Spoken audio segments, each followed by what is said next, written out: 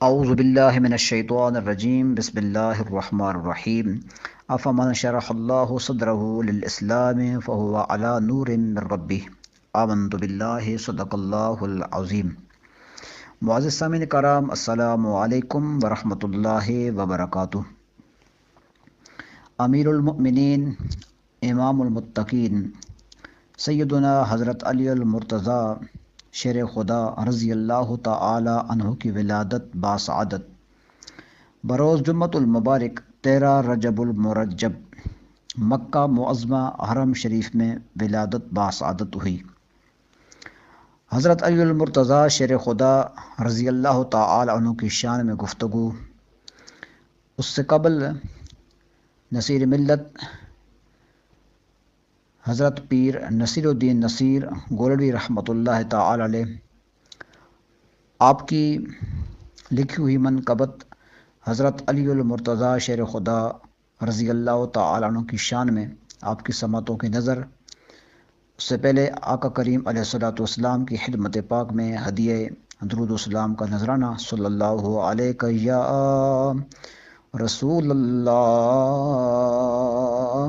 وسلم علیک یا حبیب اللہ۔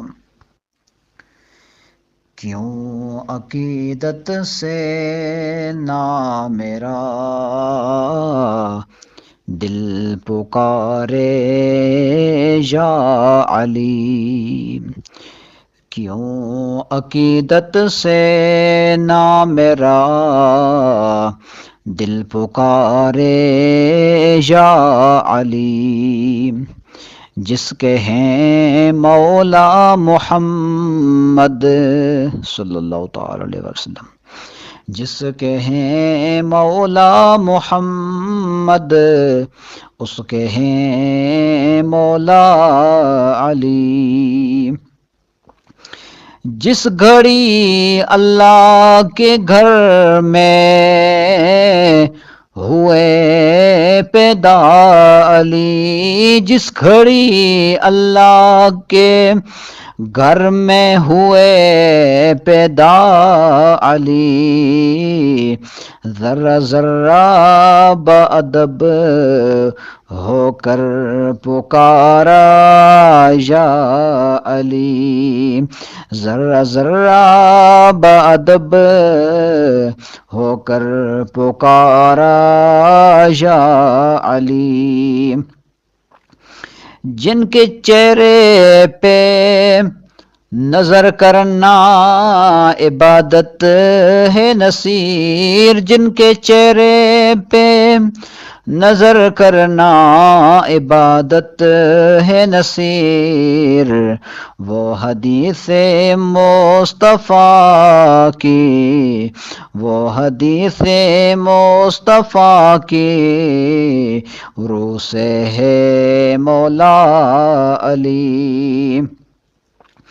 ایک کیف ایک سرور سرتا ہے رات دن، ایک کیف ایک سرور سرتا ہے رات دن، جب سے ہوا ہے ورد ہمارا علی علی، جب سے ہوا ہے ورد ہمارا علی علی، کیوں عقیدت سے نہ میرا دل پکارے یا علی، جس کے ہیں مولا محمد اس کے ہیں مولا علی۔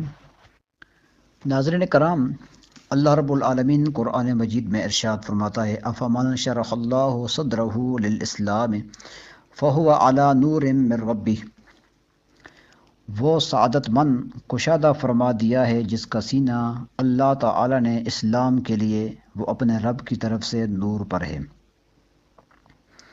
حضرت علی المرتضیٰ شیر خدا کرم اللہ تعالی وجہ الکریم کی شان میں گفتگو انشاءاللہ العزیز کرنے جا رہا ہوں۔ جمعۃ المبارک کے دن 13 رجب المرجب آج ہے۔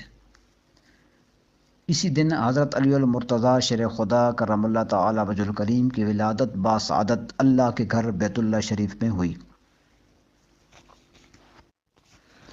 آپ سے قبل کعبہ مکرمہ میں ولادت کی سعادت کسی اور کو حاصل نہ ہوئی۔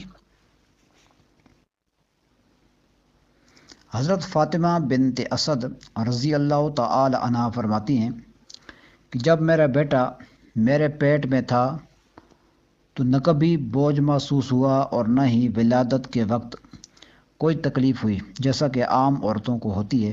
میں کعبۃ اللہ کا طواف کر رہی تھی، معمولی سی تکلیف ہوئی تو دیوار خانہ کعبہ کے ساتھ ٹیک لگا کر میں کھڑی ہو گئی۔ دیوار کعبہ شق ہو گئی اور میں کعبۃ اللہ کے اندر جا کر بیٹھ گئی۔ دیوار آپس میں مل گئی۔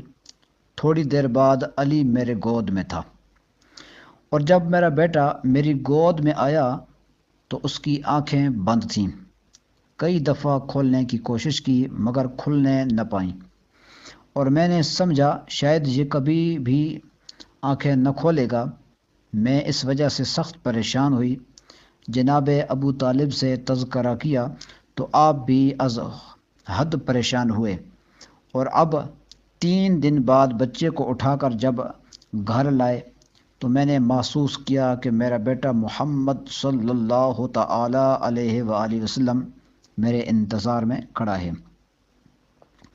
میں نے اس بچے کا بتایا تو آپ صلی اللہ تعالی علیہ وآلہ وسلم بہت خوش ہوئے، اور پھر میں نے یہ کہتے ہوئے کہ شاید اس کی آنکھیں معدوم ہیں، علی علیہ السلام کو حضور علیہ السلام کی گود میں دے دیا تو آپ علیہ السلام نے حضرت علی رضی اللہ تعالی عنہ کو گود میں لے کر اپنا لعاب منہ میں ڈالا تو فوراً آنکھیں کھول دی، اور حضور علیہ السلام کے چہرے انور کو دیکھ کر مسکرانے لگے۔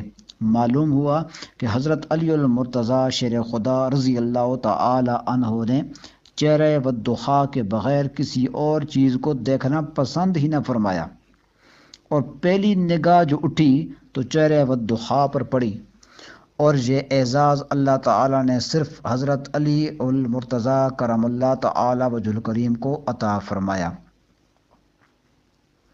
حضرت علی المرتضیٰ رضی اللہ تعالی عنہ رسول کریم صلی اللہ تعالی علیہ وآلہ وسلم کی گود میں تھے کہ آپ علیہ السلام کو حضور علیہ السلام کی گود ہی میں غسل دیا گیا۔ پھر حضور نبی کریم صلی اللہ تعالی علیہ وآلہ وسلم نے جناب ابو طالب کی گود میں حضرت علی المرتضیٰ رضی اللہ تعالی عنہ کو رکھ دیا تو سرکار رونے لگے۔ جناب ابو طالب نے رونے کی وجہ پوچھی تو فرمایا، چچا جان، علی کو پہلا غسل میں نے دیا ہے اور مجھے آخری غسل علی رضی اللہ تعالی عنہ دے گا۔ حضرت عباس رضی اللہ تعالی عنہ سے روایت ہے کہ جب حضرت فاطمہ بنت اسد سلام اللہ علیہا کی گود اقدس میں حضرت علی المرتضیٰ رضی اللہ تعالی عنہ جلوہ گر ہوئے تو آپ نے نومولود کا نام اپنے باپ کے نام پر اسد رکھا، لیکن ابو طالب اس نام پر راضی نہ ہوئے اور اپنی زوجہ سے فرمایا، آج کی رات ہم ابو قبیس پہاڑ کا نام ہے پر جا کر ٹھہریں گے اور اللہ تعالیٰ سے دعا کریں گے کہ وہ ہمیں بچے کے نام سے آگاہ کر دے۔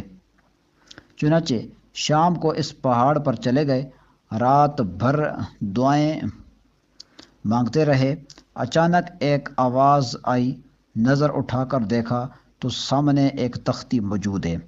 آپ نے اس تختی کو اٹھا لیا تو دیکھا کہ اس پر لکھا ہے، میں نے تمہیں پاکیزہ فرزند عطا کیا، اس کا نام علی ہے۔